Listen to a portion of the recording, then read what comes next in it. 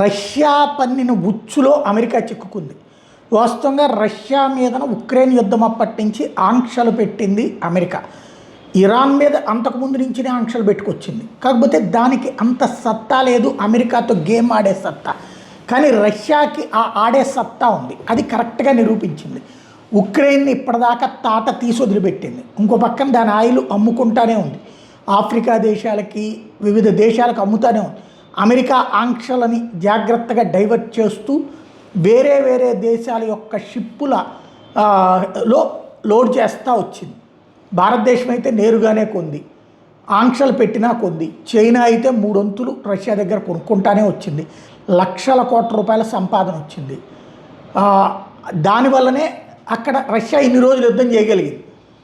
ఉక్రెయిన్కి America Europe దేశాలంతా డబ్బులు ఇచ్చినా వల్ల కాలేదు. కానీ రష్యా తన ఆయిల్ తను అమ్ముకుంటూ డబ్బులు సంపాదించింది, తన మినరల్స్ తను అమ్ముకుంటూ, తన పంటలు తను అమ్ముకుంటూ డబ్బులు సంపాదించుకుని అన్ని దేశాలు 28 యూరప్ దేశాలు 30 నాటో దేశాల వ్యవహారాన్ని పక్కన పెట్టి వాళ్ళందరినీ దాటుకుని ఆర్థికంగా కష్టాలు వచ్చినా నిలదొక్కుంది.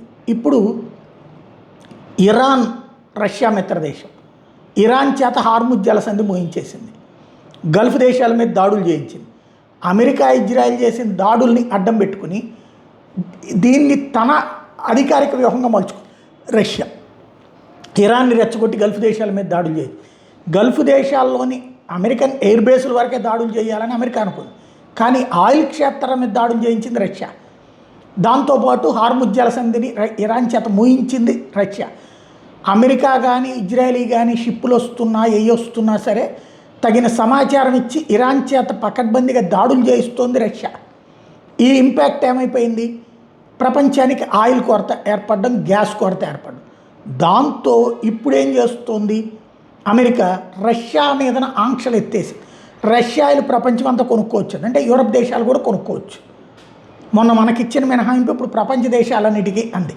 అంటే ఇప్పటిదాకా రష్యా ఆయిల్ కొంటే అమెరికాకి శత్రువులు అన్న పాయింట్ తీసేసి, తద్వారా ఇప్పుడు గల్ఫ్ దేశాల దగ్గర ఆయిల్ ఉండదు, రష్యా దగ్గర ఆయిల్ ఉంటుంది, విపరీతంగా ఎక్స్పోర్ట్ చేస్తుంది. ఒక్క దెబ్బకి రష్యాకి లక్షల లక్షల కోట్ల రూపాయల సంపాదన.